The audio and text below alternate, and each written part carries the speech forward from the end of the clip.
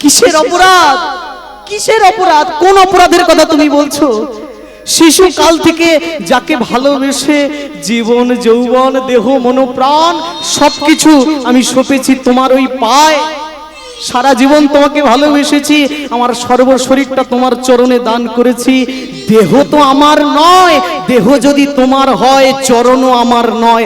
তোমার চরণ তুমি ধরে কাঁদবেতে আমার অপরাধ করতে। তোমার চরণ তো। এইরকম সহজ সরল ভাবনা থাকলে কি কৃষ্ণ পাওয়া যায় গো? পাওয়া যায় না। হরি বল, হরি বল। অদ্ভুত প্রেম, এটা বাইরের মানুষ বুঝবে না। আপনারা জানেন রাবণের কথা একটু আগেই বলছিলাম, কত বড় মহাপাপী ছিল। আপনারা জানলে অবাক হয়ে যাবেন সেই গুপ্ত তথ্যের কথা। হরি বল। আজকে রামচন্দ্র রাবণকে বলছে, লক্ষণকে বলছে রাম রাবণের যুদ্ধ হবে, তাই নিয়ে রামায়ণ লেখা হবে। কত মানুষ কত রকম ভাবে বর্ণনা করবে। আমি চাই রাবণকে মারার আগে একটা যজ্ঞ করতে। তা যজ্ঞ যখন করব, যজ্ঞের ব্রাহ্মণ তো দরকার। হ্যাঁ, লক্ষণকে বলছে এই যজ্ঞের ব্রাহ্মণ বা পৌরোহিত্য করবে রাবণ। লক্ষণ বলছে তুমি কি পাগল হয়ে গেছো? রাবণ বধ যজ্ঞে রাবণ যজ্ঞ করবে? এ কি করে হয়? রামচন্দ্র বললেন এটাই আমার বাসনা। ছুটতে ছুটতে তুমি যাও, রাবণকে সংবাদ দাও। লক্ষণ ছুটতে ছুটতে গেছে রাবণের কাছে। এটা ভেতরের কথা, বাইরের লোক কিন্তু জানবে না। বাইরের তত্ত্ব আলাদা, এটা ভেতরের কথা। রাবণ লক্ষণকে পেয়ে মনের আনন্দে সাদরে গ্রহণ করে বলছে, লক্ষণ ভাই, কতদিন পর তোমার চরণ ধুলি আমার আঙিনায় পড়লো, এসো এসো এসো বসো। কি ব্যাপার, কি জন্য হঠাৎ আমার এই অধমের ঘরে? লক্ষণ বলছে আমার দাদা রামচন্দ্র একটা যজ্ঞ করবে, নিমন্ত্রণ করেছে তোমাকে, তুমি নাকি সেই যজ্ঞে পৌরোহিত্য করবে, তুমি যজ্ঞের ব্রাহ্মণ হবে। বাহ, শুনে মনে অদ্ভুত আনন্দ খেলছে আজকে রাবণের। রামচন্দ্র আমাকে যজ্ঞের পৌরোহিত্য করবে বলে ভেবেছে, আমি বড় ধন্য হয়ে গেলাম, আমি কথা দিচ্ছি যাব।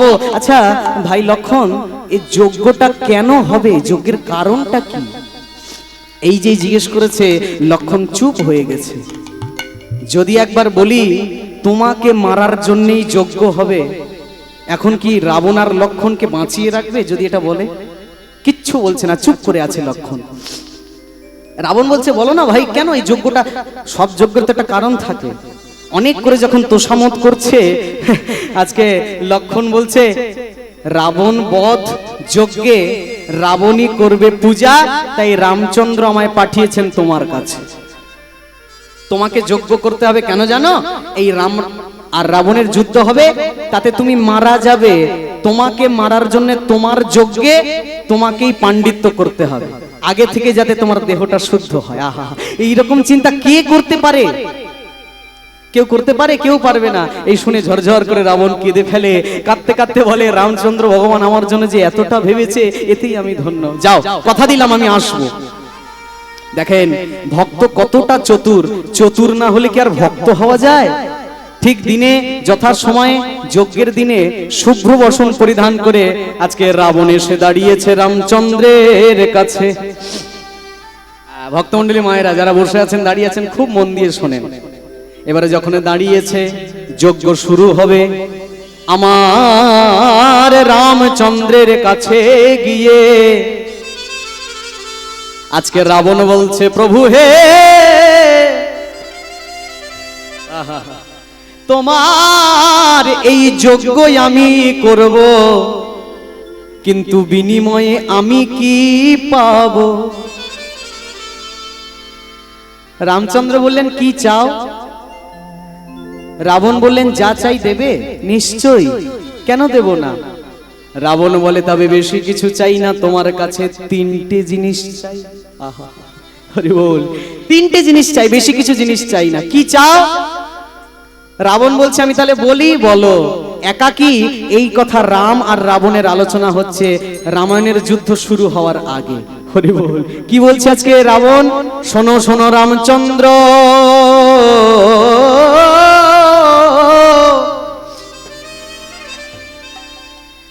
এই যজ্ঞ হওয়ার পর যখন রাম আর রাবণের যুদ্ধ হবে, তোমার দলে এত সেনা, আমার দলে এত সেনা, সব বাণ নিয়ে যুদ্ধ করবে। তবে আমি তোমার কাছে আমার প্রথম প্রার্থনাটা করি, যুদ্ধ যখন শুরু হবে কথা দাও তোমার দলের কোন সেনার চালানো বাণে যেন আমার মরণ না হয়। তোমার হাত থেকে যে প্রথম বাণটা চলবে সেই বাণে যেন আমার মরণ হয়।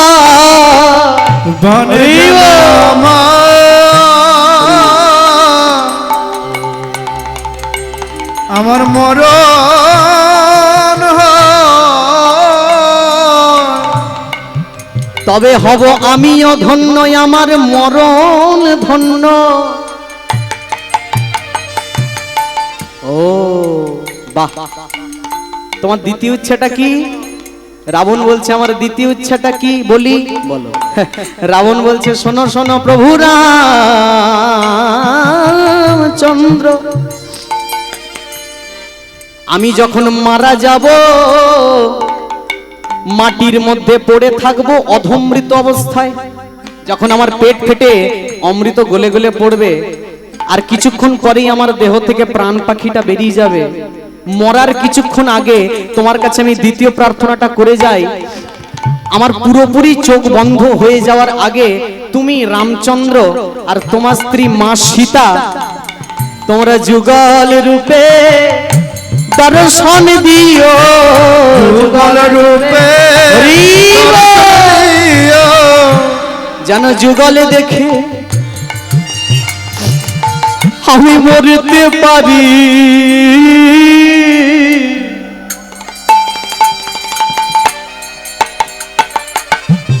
তোমরা যুগল হয়ে দর্শন দিও। তৃতীয় বাসনা, রাবণ বলছে তৃতীয় বাসনাটা করি, বলো। খুব মন দিয়ে শোনেন, যখন আমি মারা যাব চার দোলায় কাঁধে করে নিয়ে আমার সব দেহটা শ্মশান ঘাটে যাবে, লোকে তখন সবাই বলবে বলো হরি হরি বল, বলো হরি হরি বল, হরি বল। যখন আমার মরণটা হবে, দেহ থেকে প্রাণ পাখি বেরিয়ে যাবে, হ্যাঁ আমাকে তো পারের হিসেব বুঝে দিতে হবে, তো সবাইকেই বুঝে দিতে হবে পারের হিসেব। যখন আমি মরার পর ভব পার হতে যাব, ভব পারাপারের যে নদী ঘাট, এই নদী ঘাটে দাঁড়াবো, আমি তৃতীয় প্রার্থনাটা করলাম, সেই নদী ঘাটের পারাপারের নাবিক হয়ে তুমি আমার ভব তরি পার করে দিও। ভব হে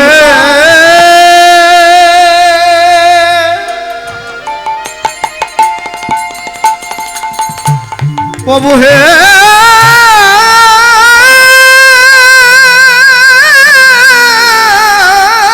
হরি বল, হরি বল, হরি বল, বাবা বাহ। প্রভু হে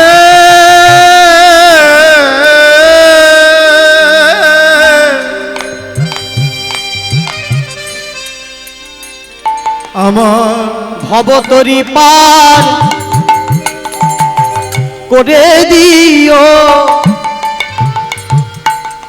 এর নাম ভক্ত। ভক্ত খুব শক্ত কাজ, এর নাম ভক্ত। এইরকম ভাব ছাড়া ভক্ত হওয়া যায় না। যখন এমন বলেছে, দ্রৌপদীকে প্রাণ ভরে আশীর্বাদ করছে ভগবান কৃষ্ণ, যাও দ্রৌপদী আমার পরীক্ষায় তুমি উত্তীর্ণ, যাও ভীষ্মদেবের দরজায় পায়ে হাত দিয়ে প্রণাম করো। হরি বল। আস্তে আস্তে দ্রৌপদী ছুটতে ছুটতে গেছে, ভীষ্মদেব নয়ন মুদ্রিত করে ধ্যানস্থ আছে, হ্যাঁ গিয়ে মাত্র পায়ে হাত দিয়ে প্রণাম করেছে।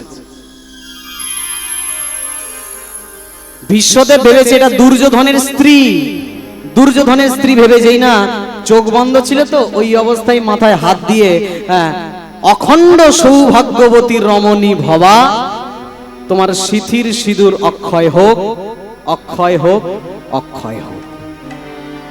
এই যেই বলেছে, আনন্দে দ্রৌপদী আর থাকতে পারেনি, চিৎকার করে বলে ফেলেছে দাদু তাই যেন হয়। এই যেই বলে ফেলেছে, ভীষ্মদেব অচেনা কণ্ঠস্বর কানে বেঁধেছে, চোখ খুলে দেখে একই, অবাক হয়ে গেছে, এখানে দুর্যোধনের স্ত্রীর আসার কথা ছিল, তুমি পাঞ্চালী দ্রৌপদী, তুমি এখানে এলে কি করে? এখানে দুর্যোধনের স্ত্রীর আসার কথা ছিল, সেটা আমি জানি আর দুর্যোধন জানে, তুমি কি করে? দ্রৌপদী বলে, দাদু আরো একজনে জানে, তুমি তা জানো না। কে? বিশ্ব সৃষ্টি স্রষ্টা ভগবান কৃষ্ণ। ও তার মানে কৃষ্ণ সবকিছুর মূল। কোথায় সেই কৃষ্ণ? বলে, দাদু তোমার দরজার বাইরে। বিশ্বদেব বলছে, তাহলে ভিতরে এলো না কেন? তুমি যখন এলে সেও তো আসতে পারতো। অনেক সময় হয় জামাইয়ের সাথে শ্বশুর বাড়ির ঠিক একটা হয়, বাপের বাড়ির ঠিক একটা হয় না। বউকে রাস্তার কিছুটা দূরে ছেড়ে দিয়ে উনি আবার ওই দিক থেকে ওই মুখেই বাড়ি ফিরে যায় না শ্বশুর বাড়ি। কেন? সম্পর্ক ভালো না। শ্বশুর জামাইয়ের সম্পর্ক শুরু থেকেই কোনোদিন ভালো না। এই জন্য এটাও একটা প্রমাণ। কিন্তু হরি বল, শ্বশুর যখন মরে, মরণকালে শ্বশুরের সামনে জেনে নিন আজকে জামাইকে বসে থাকতে নেই। কারণ জামাই জম আয়, জামাই যমরাজের দৃষ্টি আকর্ষণ করার ক্ষমতা রাখে। যদিও বাঁচতো, ও ঘোড়া ডিম আর বাঁচবে না। প্রেম সে বলো রাধে রাধে রাধে রাধে। হ্যাঁ, এখন কি কৃষ্ণ ভিতরে এলো না কেন? দ্রৌপদী বলছে, দাদু এখানে যত যত ঘর বাড়ি আছে না, প্রত্যেক বাড়ির দরজার সামনে সে দাঁড়িয়ে আছে। যে ডাকে সে তার ঘরে যায়, যে ডাকে না সে তার ঘরে যায় না। তুমিও ডাকতে পারোনি তাই সে আসেনি। সে কি জোর করে আসবে? ডাকতে হবে তাকে। পেতে কাছে পেতে গেলে ডাকার মতো ডাকলে তবেই সে তোমারও ঘরে আসবে। হরি বল। আর এই কথা শুনে মানে ছলনায়, গঞ্জনায়, যন্ত্রণায়, অনুশোচনায় আজকে ঝরঝর করে বিশ্বদাদুর চোখ থেকে জল ঝরে যাচ্ছে। দ্রৌপদী বলছে, কাঁদলে কি হবে দাদু? সময় মতো তারে ডাকতে হতো, ডাকতে পারোনি। হরি বল, হরি বল, হরি বল। ডাকার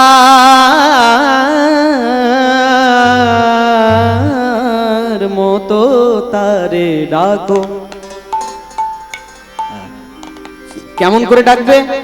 এই দ্রৌপদী আজকে বলে দিচ্ছে, দাদু এমনি এমনি কৃষ্ণ কৃষ্ণ বললে হবে না।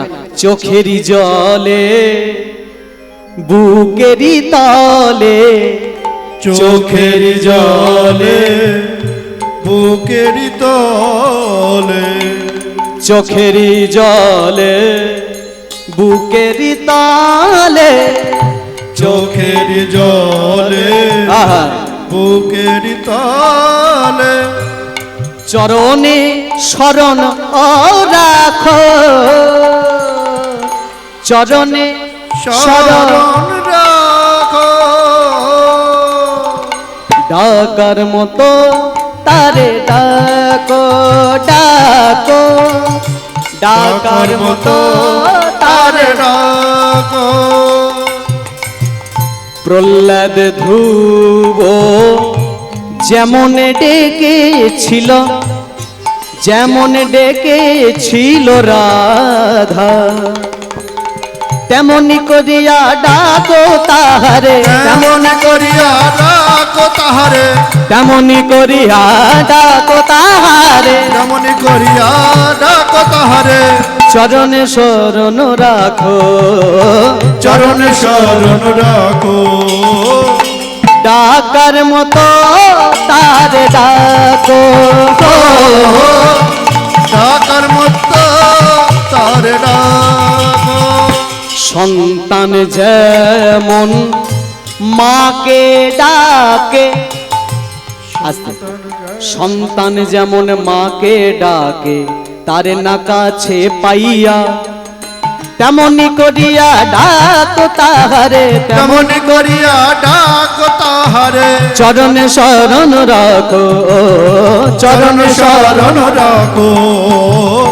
ডাকার মতো তারে ডাকো। ধ্বনি মতো তারে ডাকো। ডাকার মতো তারে ডাকো। ডাকার মতো তারে ডাকো। ডাকার মতো তারে ডাকো।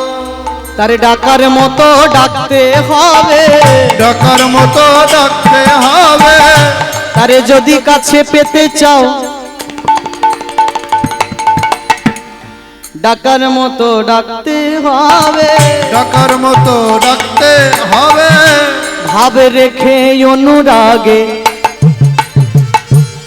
হ্যাঁ, ডাকার মতো ডাকতে হবে। ডাকার মতো ডাকতে হবে। আস্তে আস্তে, ডাকটা এরকম নয়, এরকম নয়, কখনো শিব, কখনো লোকনাথ, কখনো কৃষ্ণ, কখনো জগন্নাথ, এরকম নয়। কেমন ডাকটা কেমন? আস্তে। ভাবিও সবার মন, রাখিও একজন, ভাবিও সবার মন, ডাকিও একজন। শ্যাম আমার সর্ব অঙ্গ মন্টি রাধা রানী, নয়ন যমুনা বহিয়া যায় শুনে বাঁশির ধ্বনি, নয়ন যমুনা বহিয়া যায় শুনে। বাঁশি ধনে। বাঁশি কেমন? শুধু রাধাকেই ডাকতো, শুনতো সবাই। ঠিক তেমনি ডাকার মতো ডাকো তারে, ডাকার মতো ডাকো তারে। হ্যাঁ, যদি করো কেলে সোনার উপাসনা, কেলে সোনার উপাসনা। তেজে বিষয়ে বাসনা। হ্যাঁ, যদি চাও কেলে সোনার উপাসনা, কেলে সোনার উপাসনা। শোন শোন ওরে মন রসনা, কেলে সোনার উপাসনা। ডাকার মতো ডাকতে হবে। ডাকার মতো ডাকতে হবে।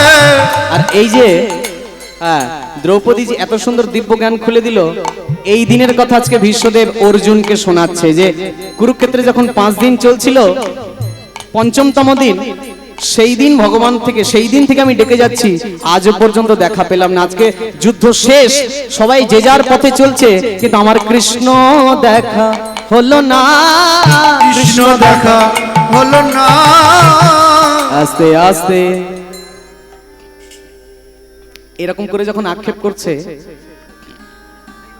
ঠিক সময়ে, একই সময় কৃষ্ণ ভগবান ময়দানে প্রবেশ করেছে, আর বেজে উঠেছে বংশীর ধ্বনি।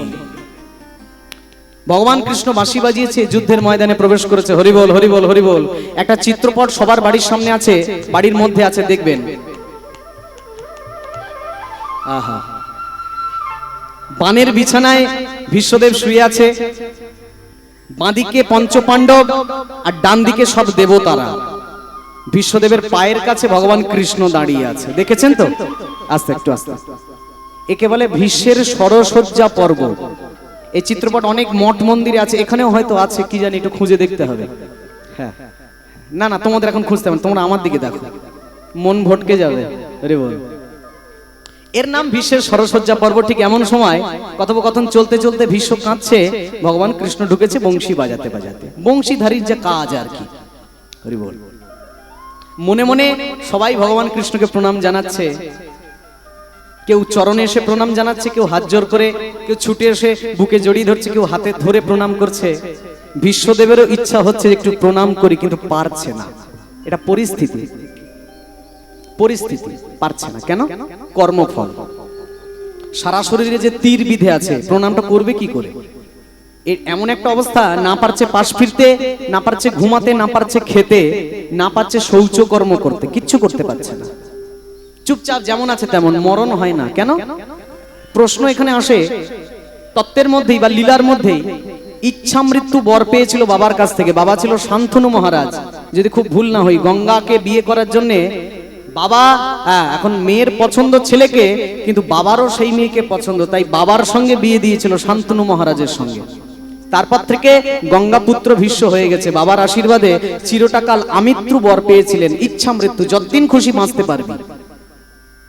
আর এই যে ব্রহ্মচর্য ত্যাগ করলেন, বৈবাহিক জীবনটা পুরোটা ত্যাগ করলেন, এবং তাতেই যে বাবা আশীর্বাদ দিল, সারাটা জীবন যতদিন খুশি বাঁচবি, ইচ্ছা মৃত্যু। কিন্তু আমরা সবাই দেখেছি, সবাই পড়েওছি, সরসজ্জা হওয়ার ঠিক 58 দিন পর ভীষ্মের দেহ থেকে প্রাণটা চলে গেল। 58 দিন। চাইলে 58 দিনের বেশি বাঁচতে পারত, কিন্তু কি দুঃখে, যন্ত্রণায়, কষ্টে তড়পানোর থেকে মরে যাওয়াই ভালো। ডাক্তারের অনেক সময় বলে না, এত রোগী তড়পাচ্ছে, এত রোগী তড়পাচ্ছে, এর থেকে কোনো ওষুধ না দিয়ে, অতএব যে ওষুধে তাড়াতাড়ি ঘুমের দেশে পুরোপুরি ঢলে পড়ে, সেই ওষুধটাই দিয়ে দেওয়াই ভালো। কারণ ওই রোগী বেঁচে থাকার থেকে নিজেকে যেমন যন্ত্রণা দিচ্ছে, বাড়ির লোকজনদেরও যন্ত্রণা দিচ্ছে, তার থেকে মরে যাওয়াই ভালো। এটা সবাই ভাবছে, ভীষ্মদেব নিজেও কিন্তু ভাবছে, কিন্তু চাইছে আমি এখন মরি, কিন্তু মরতে পারছে না। আপনারা সবাই শুনবেন, সব আসরে বলা হয়, আমিও বলি, বিশ্বের ইচ্ছা মৃত্যুবর, ইচ্ছা মৃত্যুবর, ইচ্ছা মৃত্যুবর। বিশ্ব যদি চাইছে যে আমার এতগুলো বান পুরো শরীরে বিধিয়ে রয়েছে, আমি এক্ষুনি মরে যাব, কিন্তু মরতে পারছে না, তাহলে ইচ্ছা মৃত্যু বরটা হলো কোথায়? সত্যি সত্যি যদি ইচ্ছা মৃত্যু হতো, তাহলে তো যখন খুশি চাইতো তখনই মারা যেত। 58 দিন ধরে কেন এত সহ্য করার দরকার? তার মানে এমন কিছু আছে যেটা ভীষ্মদেবের জানার বাইরে, যেটা ভীষ্মদেবের জানার বাইরে। এর নাম কর্মফল। কর্ম এমন কিছু ছিল যেটার জন্য সে চাইলেও মরতে পারছে না। কর্ম জন্ম মৃত্যু বন্ধনের বাইরে গিয়ে সেই কাজটা। ভগবান কৃষ্ণ এসে দাঁড়িয়েছে, ভগবান কৃষ্ণকে মনে মনে প্রণাম দিচ্ছেন। ভীষ্মদেব বলছেন, সেই এলে এত দেরি করে? কৃষ্ণ বলছে, তুমি অর্জুনের কাছে দুঃখ প্রকাশ করছিলে শুনলাম, বলো এই আমি এসেছি, আমার কাছে কি চাও? ভীষ্মদেব বলছে, আমি চাই না কিছু, জানতে চাই কিছু কথা। কি? এই যে ষড়সজ্জার উপর আমি শুয়ে আছি, আমার জ্ঞাত আছে, আমার জানা আছে, আমি পরম তপস্বী, পরম মহাপুরুষ। আমি আমার যোগ বলে আমার পূর্বের 100 জন্ম অবধি সব কর্মের ফল আমার হিসাবের খাতায় আছে। 100 জন্ম অবধি আমি কোনো পাপ করিনি যাতে আমাকে এই ষড়সজ্জায় বানের বিছানায় শুয়ে থাকতে হয়। তাহলে আমার এই ভোগান্তিটা কেন হচ্ছে? 100 জন্ম অবধি কোনো পাপ করিনি। গোবিন্দ বলছে, এ আবার এমন কি? আস্তে দুর্যোধন দ্রৌপদীকে দেখে নিজের উরুটা চাবড়েছিল, তাই দুর্যোধনের উরু ভঙ্গ করে দিল ভীম। দুঃশাসন দ্রৌপদীকে দেখে নিজের বুকের মধ্যে হাত বুলিয়েছিল, তাই দুঃশাসনের বুকে তীর মেরে তাকে মেরে ফেলা হলো। মহারথী কর্ণ অসহায় দ্রৌপদীর অবস্থা দেখে চুপ করেছিল, বাধা দেয়নি, তাই তাকে অসহায় অবস্থায় পেছন থেকে বাণ চালিয়ে মেরে ফেলা হলো। আর তুমি ভীষ্মদেব ভরা রাজসভায় যখন দ্রৌপদীর বস্ত্র হরণ হচ্ছিল, বারবার দুঃশাসন বস্ত্র টানছিল, দ্রৌপদী বারবার তোমার দিকে তাকাচ্ছিল যে দাদু যদি একটু বাধা দেয় তাহলে আমার সম্মানটা বাঁচবে। সেদিন তুমি কিছু বলনি, তাই তোমার দিকে তাকিয়ে দ্রৌপদী যতগুলো চোখের জল ফেলেছে, সেই জলগুলো বাণ হয়ে পুরো শরীর ছন্ন বিচ্ছন্ন বিক্ষুব্ধ করে দিয়েছে। এই তো কথা। বলা মাত্র ভীষ্মদেব খিলখিল করে হেসে উঠেছে। এ কথা সবাই জানে, এ কথা সবাই জানে, আমিও জানি, কিন্তু এটা আসল কথা নয়। ওই যে বললাম, দুধের মধ্যে নবনী আছে, মন্থন করো যে মুখ্য অর্থ লুকানো আছে গৌণ অর্থ দিয়ে। তুমি আমাকে গৌণ তত্ত্ব শোনালে, মুখ্য তত্ত্বটা শোনাও। আমি বাইরের কথা শুনতে চাইছি না, ভিতরের কথা আমায় বলো। তোমায় আমি এক্ষুনি বললাম 100 জন্ম অবধি আমি কোনো পাপ করিনি, তাহলে এই ভোগান্তিটা কেন? তুমি বললে দ্রৌপদীর বস্ত্র হরণ দেখেছি, তাই বলে এতদিন, 58 দিন ধরে, 60 দিন হতে পারতো, 70 দিন হতে পারতো, 10 দিন হতে পারতো, 58 দিন কেন হলো? তাহলে তাই যদি হয়, ভগবান বলছে ধরেই যখন ফেলেছে তাহলে আর কি করা যায় বলি, বলো। এই ভেতরের কথাটা বলতে লেগেছে ভগবান, যে কেন তোমার সরসজ্জা হলো, 58 দিন ধরে কেন তোমাকে ভুগতে হলো জানো? তবে তোমায় বলি শোনো, 100 জন্ম পূর্বে অবধি তোমার কোনো পাপ ছিল না, কিন্তু 101 জন্ম পূর্বে তোমার একটা পাপ ছিল। ব্যাপারটা কি রকম একটু তোমাকে জানাই, তোমাকে জ্ঞাত করি, মন দিয়ে শোনো। হরি বল। তুমি চাইছো মরতে, কিন্তু মরতে পারছো না। হরি বল। 100 জন্মে তোমার না ছিল কোনো পাপ, কিন্তু 101 জন্ম পূর্বে তুমি ছিলে এক মহারাজা, তুমি ছিলে এক মহারাজা। হ্যাঁ, মহারাজা ছিলে। খুব মন দিয়ে শোনেন, এটা ভীষ্মদেবের 101 জন্মের পূর্বের কথা ভগবান আজকে ষড়সজ্জার মাঠে মনে করাচ্ছে। তুমি যখন রাজা ছিলে, শিকার করার মনে বড় ইচ্ছা ছিল, তাই একদিন দুপুর বেলা তুমি ধনুক বাণ নিয়ে শিকার করতে চলে গেলে। সারাটা দিন অনেক কিছু শিকার করতে চাইলে, কিন্তু ভাগ্যের কি পরিহাস, একটাও শিকার পেলে না, কাউকে মারতে পারলে না। হরিণ শিকার করতে গেছিলে, একটা মশা পর্যন্ত মারতে পারলে না। কেন? মরণ কারো, মরণ কারো, মরণ কারো কথা শোনে না, না না না না। মরণ করো, মরণ করো, মরণ করো কথা শোনে না। মরণ যখন তখন যেথায় সেথায়, যখন তখন যেতাই সেথায়, যখন তখন যেথায় সেথায় যখন তখন যেতাই সেথায় দিতে পারে হানা। মরণ কারো কথা শোনে না, মরণ কারো কথা শোনে না।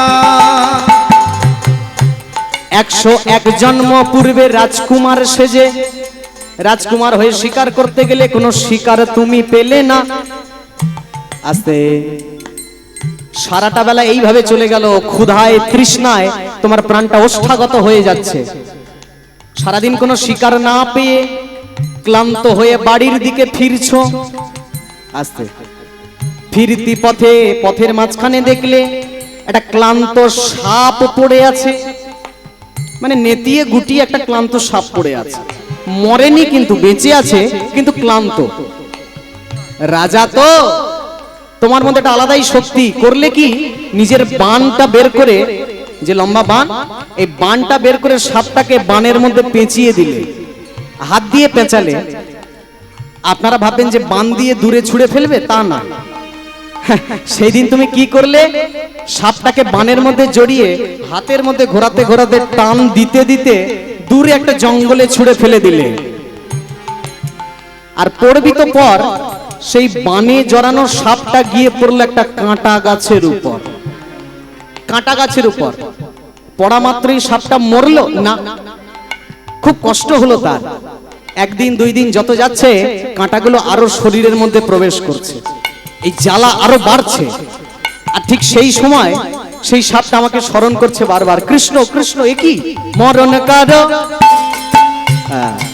তুমি ভাববে যে কাঁটা লাগা মাত্রই মরে গেল, না, মরতে পারবে না তো, কারণ মরণ কারো কথা শোনে না, না না না না, মরণ কারো কথা শোনে না। কি হলো, দেখতে দেখতে 1 রাত 2 রাত 3 রাত 10 রাত, আস্তে 20, 25, 30, 40, 58 দিন পরে সেই সাপটার গায়ে যে কাঁটা গাছটা পুরো বিঁধলো, পুরোপুরি সাপটাকে ক্ষত বিক্ষত করলো। 58 দিন পর সাপটার মরণ হলো। 58 দিন পর। লক্ষ্য রাখো, সেই যে সাপটাকে তুমি ছুঁড়ে ফেলে দিলে কাঁটা গাছে, 58 দিন পর মরণ হলো তার। এর নাম কর্মফল, কর্মটা ফিরে এসছে 101 জন্ম পরে। সেই যে কাঁটা গাছের উপর শুয়ে শুয়ে আর্তনাদ করলো, আমার কিছু করার ক্ষমতা ছিল না, কারণ এটা তোমার ভাগ্যে লেখা ছিল। সেই কর্মটা তোমার এই জন্মে যখন ফিরে আসলো, ঠিক একই ভাবে সে যেমন কাঁটার মধ্যে শুয়ে পড়েছিল, তোমাকে বানের বিছানা ওই কাঁটা হয়ে বিঁধছে। সেই সাপটা যেমন 58 দিন পর মরলো, আজকে এই সরসজ্জায় তোমাকেও 58 দিন পর মরতে হবে। একদিন বেশিও বাঁচতে পারবে না, একদিন কমও বাঁচতে পারবে না। ইচ্ছা মৃত্যুবর এটা লোক দেখানো কথা, চাইলেই তুমি মরতে পারবে না। কর্ম যে বাধা পড়ে আছে তোমার। মরণ কারো কথা শোনে না, না না না না, মরণ কারো, মরণ কারো কথা শোনে না। নেই তো কারো ব্রহ্মচর্য, জগ মাঝে এই আশ্চর্য। নেই তো কারো ব্রহ্মচর্য, মনরে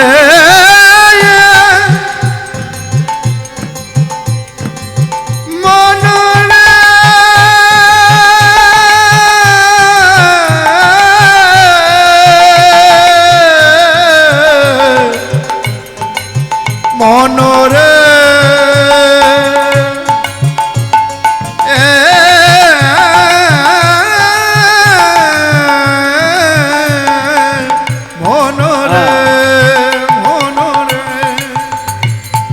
জগ মাঝে এই আশ্চর্য, নেই তো কারো ব্রহ্মচর্য। জগ মাঝে এই আশ্চর্য, নাই গো তারো ব্রহ্মচর্য।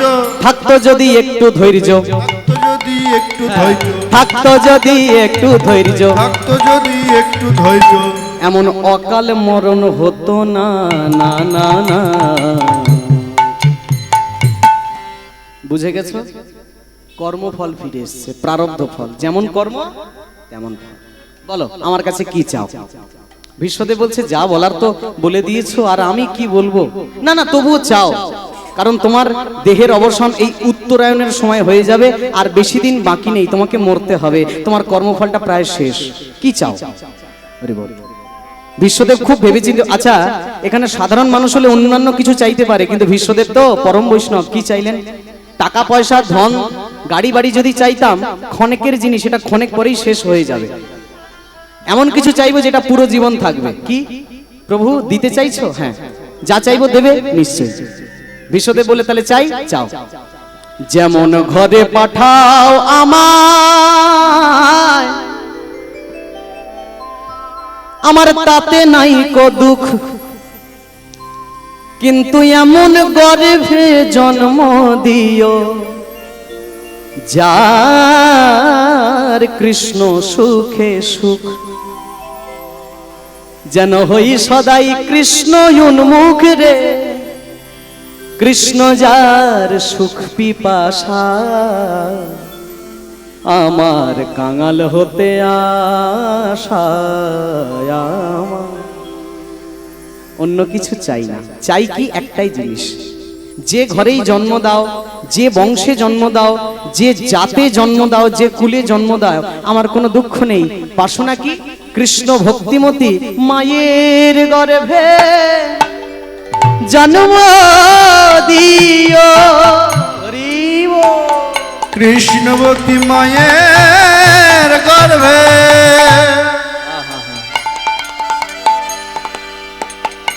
আমায় জন্ম দিও, যেন কৃষ্ণ ভক্ত হতে পারি।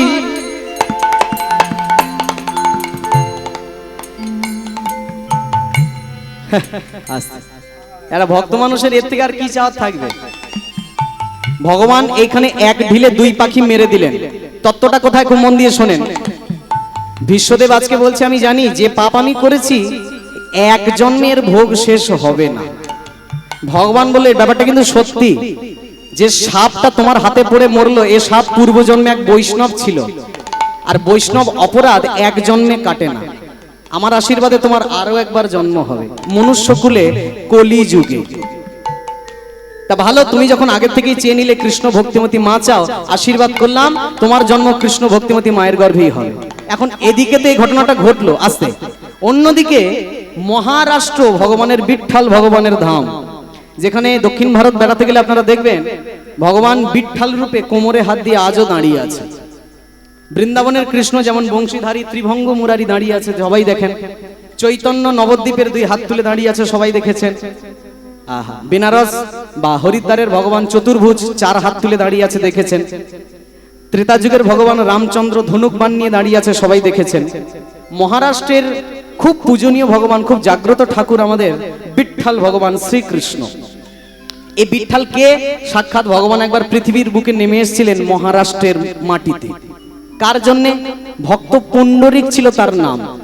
এখন এই পুণ্ডরিক নিজের বাপ মাকে এত ভালোবাসে, এই ভালোবাসায় সন্তুষ্ট হয়ে ভগবান এই মহারাষ্ট্রের বুকে পা রেখেছিলেন। পুণ্ডরিকের কাছে গিয়ে বলে, বেটা তুই যেমন তোর বাবা মাকে এত সেবা করিস, একটু আমায় তো করতে পারিস। সেই দিন পুণ্ডরিক একটা ইট ঠেলে দিয়ে বলেছিল, এখন আমি বাবা মায়ের সেবা করছি, একটু ব্যস্ত আছি, পরে করছি। ইটটা ঠেলে দিয়ে বলেছিল বসো, মানে বিঠ্ঠল। মহারাষ্ট্রের ভাষায় বসো মানে বিঠ্ঠল। তা ভগবান আর ইটের উপর বসেননি, ইটের উপর পা দিয়ে এই কোমরে হাত দিয়ে দাঁড়িয়ে অপেক্ষা করছে, যেন ভগবান আজও পুণ্ডরিকের সেবাটা পাওয়ার জন্য অপেক্ষা করছে। আপনারা যারা মহারাষ্ট্রে যাবেন আজও দেখতে পাবেন বিঠ্ঠল ভগবান ঠিক এইভাবেই দাঁড়িয়ে আছে, কোমরে হাত দিয়ে দাঁড়িয়ে আছে। এই মহারাষ্ট্রের বান্ধালপুর নামক একটা গ্রাম বসবাস করত একটা নাপিতের পরিবার, জীবন নাপিত আর তার স্ত্রী জীবনী দেবী। মহারাষ্ট্রের সব থেকে জাগ্রত ঠাকুর আমাদের ভগবান শ্রীকৃষ্ণ স্বরূপ বিঠ্ঠল ভগবান। নাপিতের স্ত্রী জীবনী নাপিত, ঠিক একই সময় বিশ্বদেব যে সময় ভগবানের কাছে বর চাইলেন কৃষ্ণ ভক্তিমতী মা চাই, ঠিক একই সময় মহারাষ্ট্রে এই ঘটনাটা ঘটছে। কি? হরি বল।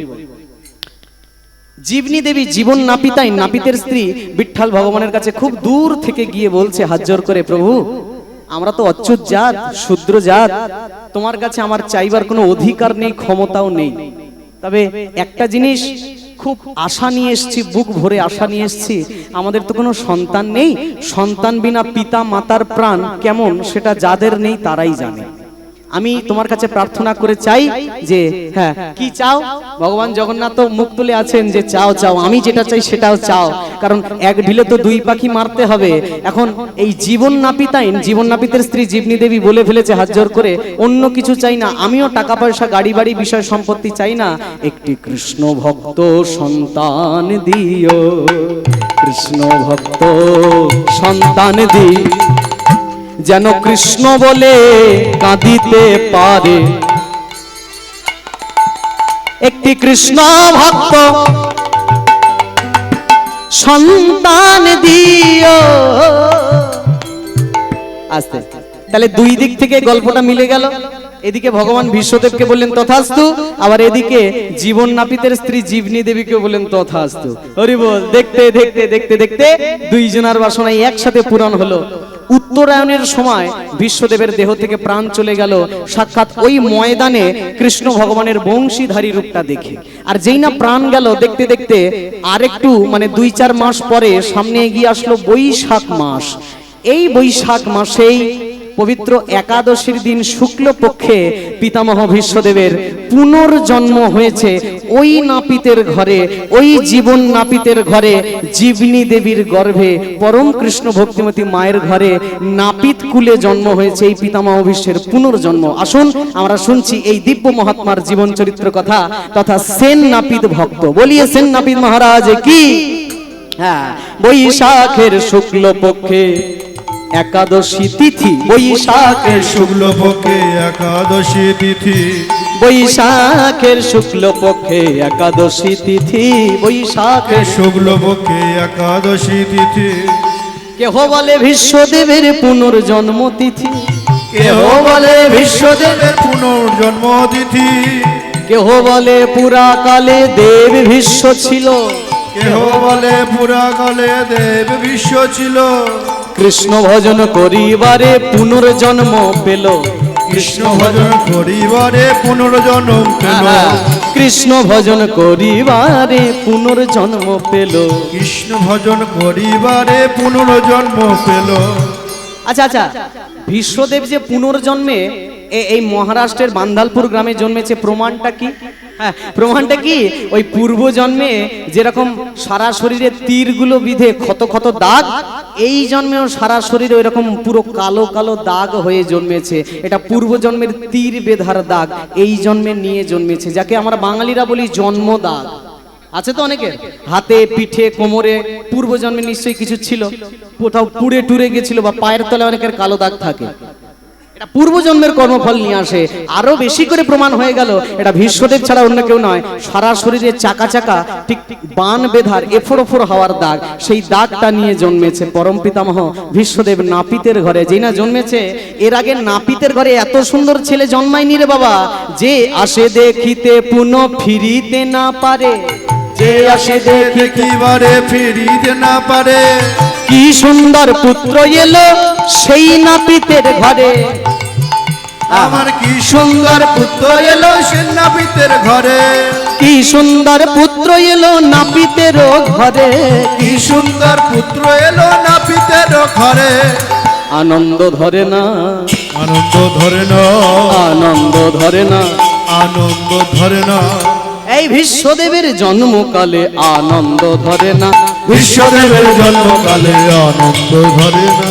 দধি দুগ্ধ অঙ্গনে ইন্দ্রদেব ঢালিয়া, দধি দুগ্ধ অঙ্গনে ডালিয়া, নাচে ইন্দ্র নাচে তারা হরি বল বলিয়া, নাচে ইন্দ্র নাচে তারা হরি বল বলিয়া, নাচে ইন্দ্র নাচে তারা হরি বল বলিয়া, নাচে ইন্দ্র নাচে তারা হরি বল বলিয়া, সূর্য নাচে চন্দ্র নাচে আর নাচে তারা, সূর্য নাচে চন্দ্র নাচে আর নাচে তারা, পাতালে বা সখী নাচে হয়ে আত্মহারা, পাতালে বা সখী নাচে হয়ে আত্মহারা, জয়ধ্বনি উলুধ্বনি করে নারীগণে, জয়ধ্বনি উলুধ্বনি করে নারীগণে, আহা জয়ধ্বনি উলুধ্বনি করে নারীগণে, জয়ধ্বনি উলুধ্বনি করে নারীগণে, বাহু তুলে হরি বল বলে ভক্তগণে, বাহু তুলে হরি বল বলে ভক্তগণে, বাহু তুলে হরি বল বলে ভক্তগণে, বাহু তুলে হরি বল বলে ভক্তগণে, ইন্দ্র নাচে পবন নাচে আর নাচে তারা, ইন্দ্র নাচে পবন নাচে আর নাচে তারা, আনন্দ হইল বড়ই আনন্দ হইল, আনন্দ হইল বড় আনন্দ হইল, এ দাসের মন আজ ডুবিয়া রহিল, এ দাসের মন আজ ডুবিয়া রহিল, আরে পুনর্জন্ম হইল, জন্ম হইল, সেই তো ফিরে এসেছে, সেই তো ফিরে এসেছে, দেব বিশ্বই অবতারে সেই তো ফিরে এসেছে, সেন বিশ্ব অবতারে সেই তো ফিরে এসেছে, বলি দেব বিশ্ব অবতারে, সেই তো ফিরে এসেছে, দেব বিশ্বই অবতারে, হরে হরি বল। হরে হরে হরে হরে।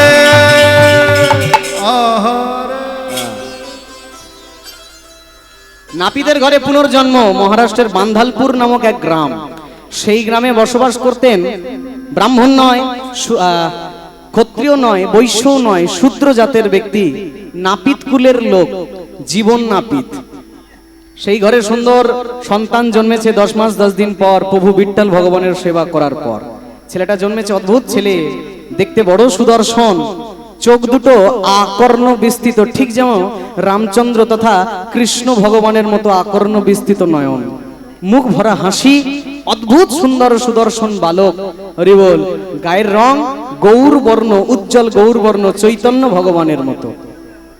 সদ্যজাত সন্তান এত হৃষ্টপুষ্ট নাপিতের ঘরে, যারা দিক বিদিক থেকে লোকজন দেখতে আসছে, সবাই কম বেশি বলছে এ কোনো সাধারণ বালক নয়, পূর্ব জন্মের নিশ্চয়ই কোনো মহাপুরুষ হয়, নিশ্চয়ই কোনো ভগবানের গণ বা দেবতার গণ পুনর্জন্মে জন্মেছে। এত সুন্দর বালক, অদ্ভুত সুন্দর দর্শন, সবাই দেখছে, একবার যে দেখছে ফিরতে পারছে না, এত সুন্দর ছেলে জন্মেছে।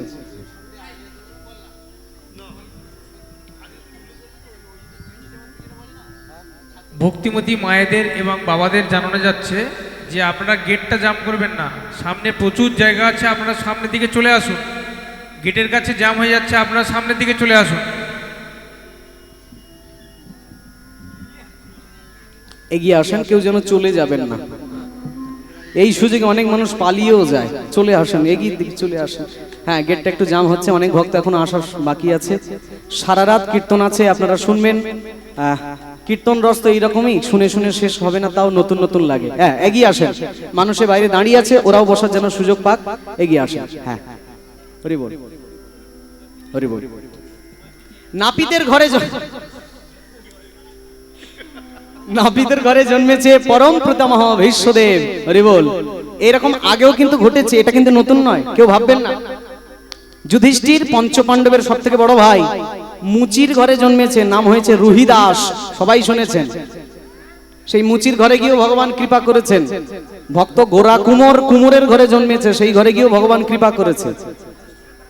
ভগবান জাতপাত বিচার করেন না, কিন্তু ভক্তের ভক্তিটাই গ্রহণ করেন। আজকে ভীষ্মদেব যে এত নিচু কুলে জন্ম হয়েছে, তার মানে তাই নয়। ওই যে বললাম, জন্ম হোক যথাতথা, কর্মটা যেন ভালো হয়। নাপিতের কুলে জন্ম হয়েছে বলে কি সে কৃষ্ণ পাবে না? শূদ্র জাতিতে জন্ম হয়েছে বলে সে কি কৃষ্ণ পাবে না? এইরকম তো মুসলমানের ঘরে জন্ম হয়েছিল ব্রহ্মার, সবাই জানেন, সবাই চেনেন, নাম হয়েছে তার হারেস। নবদ্বীপে এই মুসলমানের ছেলে হারেসের সঙ্গে এক পাত্রে প্রসাদ পেতেন চৈতন্য ভগবান। এখন তৎকালীন সময় ব্রাহ্মণদের খুব লাফালাফি, খুব পেড়াপিড়ি, খুব জাতপাত বিচার। তা ব্রাহ্মণরা এসে নিমাইকে ধরেছে, একেবারে মানে কবলে পেয়ে ধরেছে। বেটা নিমাই, ব্রাহ্মণ তুমি, জাতের ব্রাহ্মণ, মহাপণ্ডিত সেজে ঘোরো, এই যে মুসলমানের ছেলে হরিদাস, এ বসে খায় তোমার পাশ, এতে হয় জাতের নাশ, তা কি তুমি জানো না? মুসলমানের সঙ্গে এক থালায় খেয়েছো, তোমার তো জাত মরে গেছে। নিমাই বলছে, অন্য জাতের সঙ্গে একসঙ্গে বসে খেলে তাহলে জাত মরে যায়? হ্যাঁ। ও, তাহলে মরা জাত কি করে বেঁচে উঠবে বলেন? এই ব্রাহ্মণরা সুযোগ পেয়ে গেছে। মরা জাত কি করবে? শোনো নিমাই, 100 জন ব্রাহ্মণকে যদি পেট ভরে খাওয়াতে পারো, তোমার মরা জাতটা বেঁচে উঠবে। লক্ষ্য করেন, নিমাই নাকি জাত মরে গেছে। হরি বল। বেশ, খাওয়াবো। কবে খাবেন? আগামী পল্ল মধ্যাহ্নে মানে পরের দিন দুপুর বেলা খাবো। হ্যাঁ, ব্রাহ্মণের দল বলছে নিমাই শুধু খেতে দিলে কিন্তু হবে না, খাদ্য ট্যাক্স, ভোজন দক্ষিণা লাগবে। কি? একটা করে সোনার থালা, একটা করে সোনার গ্লাস। ব্রাহ্মণরা চেয়ে বসেছে। নিমাই বলে যা চাইবেন সব দেব, আসেন কালকে আগে, তারপর দেখছি। আসলে দেবে না কিচ্ছু, এদেরও উল্টে জাতটা মেরে দেবে। পরের দিন দুপুরবেলা সব ব্রাহ্মণের দল এসছে। এখন খাওয়ার আগে তো স্নান করতে হবে। 100 জন ব্রাহ্মণ এবার নিমাইয়ের কাছে গিয়ে বলছে নিমাই একটু গঙ্গায় স্নান করে আসি, তেল দাও। নিমাই দিয়েছে তেল, কিন্তু কে জানে ঈশ্বরের খেল। নিমাই বলে সুরধুনি গঙ্গার জল শুকিয়ে যাও, দেখি বেটারা স্নান করে কোন জায়গা। এইবার 99 জন ব্রাহ্মণ স্নান করতে যাচ্ছে, উল্টে আরেকজন ব্রাহ্মণ ফিরে এসে বলছে হে ব্রাহ্মণগণ দাঁড়ান দাঁড়ান, কোথায় যাচ্ছেন? কেন স্নান করতে? কোথায়? গঙ্গায়। বলে এতটুকু জল নাই। মানে জল নেই তা স্নান করব কি? তা জানি না, কিন্তু জল নাই। এইবার নিমাই পিছন পিছন এসে বলে ব্রাহ্মণগণ একটা কথা বলবো, কিছু মনে করবেন না? না, জল আছে। কোথায়? হবিবুল্লাহ কাজীর পাতকুয়ায়। হ্যাঁ, যে মুসলমানের সাথে একসাথে বসে খাওয়ার জন্য তোমার জাত মরে গেছে, আমি সেই হবিবুল্লাহ কাজীর পাতকুয়া। না না, পারবো না, স্নান করব না। একজন ব্রাহ্মণ পিছন থেকে বলছে ওই রকম করিয়েন না, স্নান না করলে কিন্তু থালা গ্লাস পাবেন না। ব্রাহ্মণেরা আবার যুক্তি বের করলো, স্নান করা যাবে কি? ঘটির মুখে দড়ি বেঁধে কুয়োর মধ্যে সোজাসুজি ফেলে দিতে হবে। আশেপাশে যদি বাড়ি লাগে তাহলে আমারও জাত মরে যাবে। আমরা তোমার নামে চাঁদ কাজীর কাছে নালিশ দেব, তোমারে গ্রাম ছাড়া করব। আচ্ছা নিমাই, ঠিক আছে ঠিক আছে, অত ভাবতে হবে না, হয়ে যাবে, অসুবিধা নেই। এই কোন রকমে 100 জন ব্রাহ্মণ হবিবুল্লাহ কাজীর পাতকুয়ায় একটা করে ঘটি ফেলে কোন রকমে গা ভিজিয়ে এবার খেতে আসবে। খুব খিদে লেগেছে। এখন এই নিমাই আবার আর একটা কলে ফেলে দিয়েছে। কি? খাবার দাবারের কুটনো কাটা বাটনা বাটা তৈরি। উনানে আগুন না দিলে কি রান্না হয়?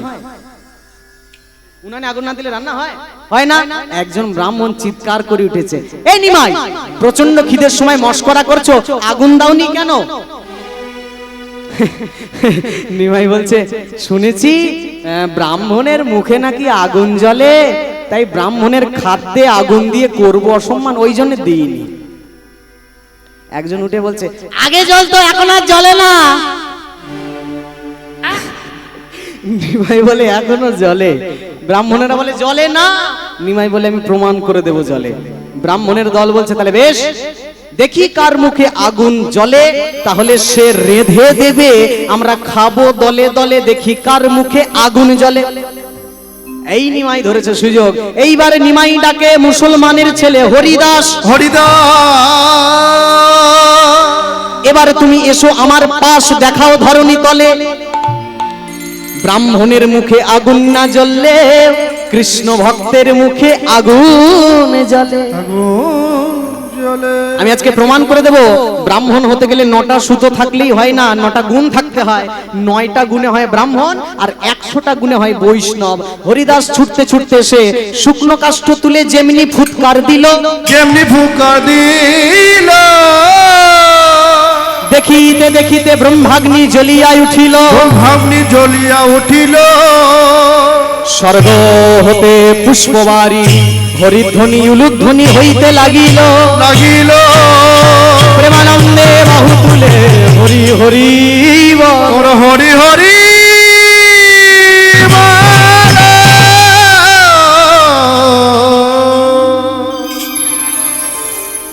হরিদাস যেই না শুকনো কাঠ তুলে ফু দিল, অমনি দেখতে দেখতে আগুন জ্বলে উঠলো। অমনি নিমাই ব্রাহ্মণদের মুখে ঝামা ঘষে দিলেন। জাতে ব্রাহ্মণ হলে হয় না, কর্মটাও ব্রাহ্মণের মতো হওয়া চাই। আর নিচু জাতের হয়েও বৈষ্ণবের মতো কর্ম হলেও সে ব্রাহ্মণের জাত পদে উন্নীত হয়ে যায়। হরি বল। তাহলে যে জাতের হও না কেন তাতে ক্ষতি নাই, কৃষ্ণ ভক্ত হওয়া চাই। ছেলেটা জন্মেছে, বাবার নাম রেখেছে সেন নাপিত। বাবা তো জানে না এটা কে। বাবা বলছে হায় রে, এই ছেলের যে কি কপাল, কি ভাগ্য, আমাদের মতো গরিবের ঘরে জন্মেছে। কিন্তু বাবাও জানে না সে কত ভাগ্যবান, সাক্ষাৎ পিতামহ ভীষ্ম তার ঘরে জন্মেছে, নাপিতের ঘরে। স্ত্রী বলছে জীবনী দেবী, হ্যাঁ গো স্বামী, ছেলেটা জন্মেছে, একটু মুখে মধু দাও। স্বামী বলছে কোথায় পাবো, গরিব মানুষ তো, স্ত্রী বলছে দোকান থেকে ধার করে অন্তত একটু মধু এনে দাও। স্বামী বলছে ধার যদি করে আনি, এ ধার যদি শোধ করতে না পারি, পরের জন্মে দোকানির দাস হয়ে আমাকে জন্মাতে হবে। সেটা কি তুমি চাও? তাহলে কি করব? শোনো, আমি দোকানের মধু দেব না, আমি মধু দেব দোকানে। দোকানের মধু না, দোকানে মধু। কি রকম? খুব মন দিয়ে শোনেন। বাবা ছোট্ট ছেলেটার কানে মুখ দিয়ে ধীরে ধীরে বলতে লাগলেন, যেটা সব বাবার বলা উচিত সন্তানের, সদ্যজাত সন্তানের কানে মুখ দিয়ে। কি বলে? শ্রবণে বদন দিয়া কহে কৃষ্ণ না। উলুধ্বনি বদন দিয়া বলে কৃষ্ণ না, কহে কৃষ্ণ না, কহে কৃষ্ণ না। শ্রবণে বদন দিয়া কহে কৃষ্ণ নাম। শ্রবণে বদন দিয়া কহে কৃষ্ণ না। নাম শুনি শিশু পুত্র হাসে অবিরাম। নাম শুন শিশু পুত্র হাসে অবিরাম। বাবা ছেলেটার কানে মুখ দিয়ে বলতে লাগলো, কি? কৃষ্ণ কৃষ্ণ কৃষ্ণ কৃষ্ণ কৃষ্ণ কৃষ্ণ কৃষ্ণ হে কৃষ্ণ কৃষ্ণ কৃষ্ণ কৃষ্ণ কৃষ্ণ কৃষ্ণ কৃষ্ণ হে।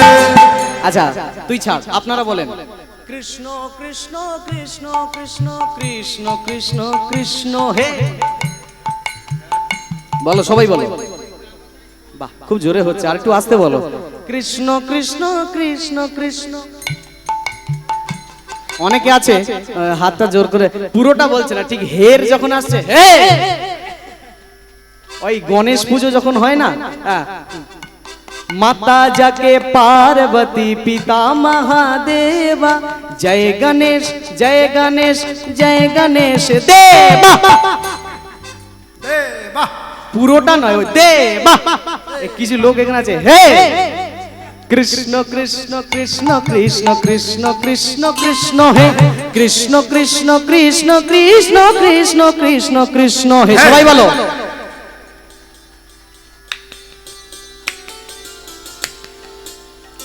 বলছেন তো? হ্যাঁ, এ ভাই বল তো কৃষ্ণ। এই বল কৃষ্ণ, বল কৃষ্ণ। Krishna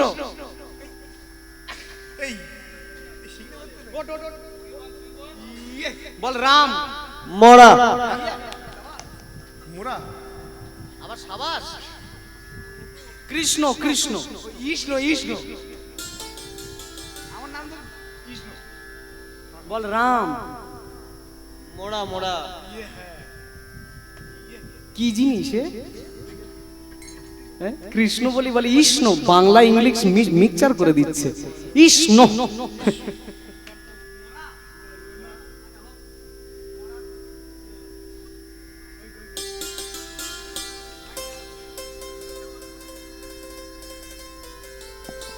hello hello.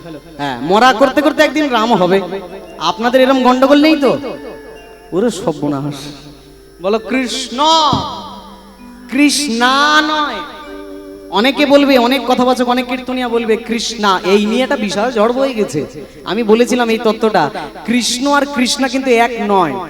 সুমন আর সুমনা কি এক?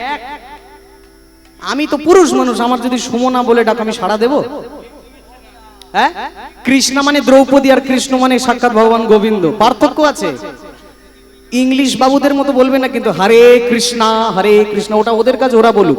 ওরা পারে না। আমরা বাঙালি জাতি, আমরা বলবো কৃষ্ণ। বলুন কৃষ্ণ কৃষ্ণ কৃষ্ণ কৃষ্ণ কৃষ্ণ। সবাই বলুন কৃষ্ণ নাম কৃষ্ণ নাম কৃষ্ণ নাম করো, কৃষ্ণ নাম কৃষ্ণ নাম কৃষ্ণ নাম করো, কৃষ্ণ নাম কৃষ্ণ নাম কৃষ্ণ নাম করো, হরি বল। কৃষ্ণ নাম কৃষ্ণ নাম কৃষ্ণ নাম করো।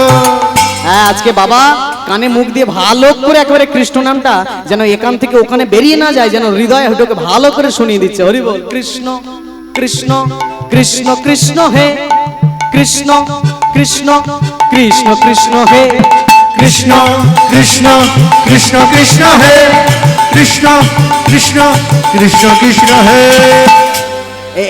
এখনকার দিনে ছেলে পুলে হলে বাপ মা কানের ধারে মোবাইল নিয়ে গান লাগায়, তু চিজ বাড়ি হে মস্ত मस्त মস্ত। मस्त तू चीज बड़ी মাঝে মাঝে ডাউন হয়ে যায়।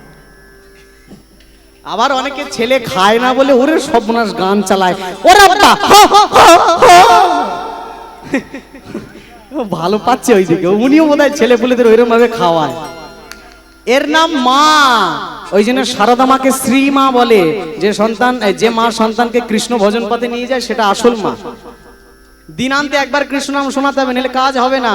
জন্ম মাত্রই কানে কৃষ্ণ নাম। আচ্ছা, এখনকার দিনে ওই থালার মধ্যে রাখে তো কোন জিনিসটা ছেলে তুলবে, গাড়ির চাবি, গীতা, নাহলে টাকা, নাহলে পেন ইত্যাদি অনেক কিছু থাকে। তো এখনকার দিনের ছেলেরা কি তোলে, হয় টাকা নয় গাড়ির চাবি। সেই কালে ছেলেটার সামনে রাখা হলো অনেক কিছু, গতিটা কেমন দেখবার জন্য এত কিছু ছিল, তুললো কিন্তু গীতা। গীতাটা হাতে নিল আর বাবা আরো আনন্দে পাগল হয়ে গেল।